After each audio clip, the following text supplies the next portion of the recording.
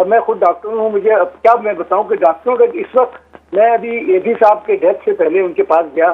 ایڈی صاحب مجھ سے کہنے لگے تو ڈاکٹر شیرشاہ میرے خیال میں ڈاکٹر, وکیل اور سیاستدان سے بدتر اس ملک میں کوئی ہے نہیں. اتنی مجھے شرم آئی, مرنے سے میرے خیال 15 دن پہلے کی بات ہے, اتنی مجھے شرم آئی کہ میں ان سے ڈس ایگری نہیں کر سکتا تھا. اس وقت جو ہمارے ڈاکٹروں کا حال ہے, میڈیکل کالجوں میں آپ دیکھیں پروفیسروں کا حال کیا ہے. پارٹ ٹائم پروفیسر ہیں, کوئی پوچھتا نہیں ہے, کوئی ان کی اکاؤنٹیبلٹی نہیں ہے, کوئی ان سے سوال جواب نہیں کرتا ہے. حکومت کا حال یہ ہے کہ یونیورسٹیز اور میڈیکل کالج اور میڈیکل یونیورسٹیز بنائے جا رہے ہیں, اس میں شاپنگ ہوتی ہے, کروڑوں روپے کے انسٹرومنٹ خریدتے ہیں, اربوں روپے کی بلڈنگیں بناتے ہیں, اس میں ٹھیکیداروں کے مزے ہوتے ہیں. ارے بھائی ہیومن ریسورس تو بناؤ, نرس تو پیدا کرو. ہمارے ملک میں ایک نرس کے اوپر 8 ڈاکٹر بن رہے ہیں. ہونا یہ چاہیے کہ ایک ڈاکٹر کے اوپر 8 نرس, 8 مڈ وائف, 8 پیرامیڈکس بنے تو بیسک ہیلتھ کیئر پرووائڈ ہو. آپ ہسپتالوں میں چلے جائیں, بستر پڑے ہوئے ہیں, چادر نہیں ہے, زمین پہ لوگ پڑے ہوئے ہیں, ڈاکٹر صاحب 2 بجے کے بعد موجود نہیں ہیں.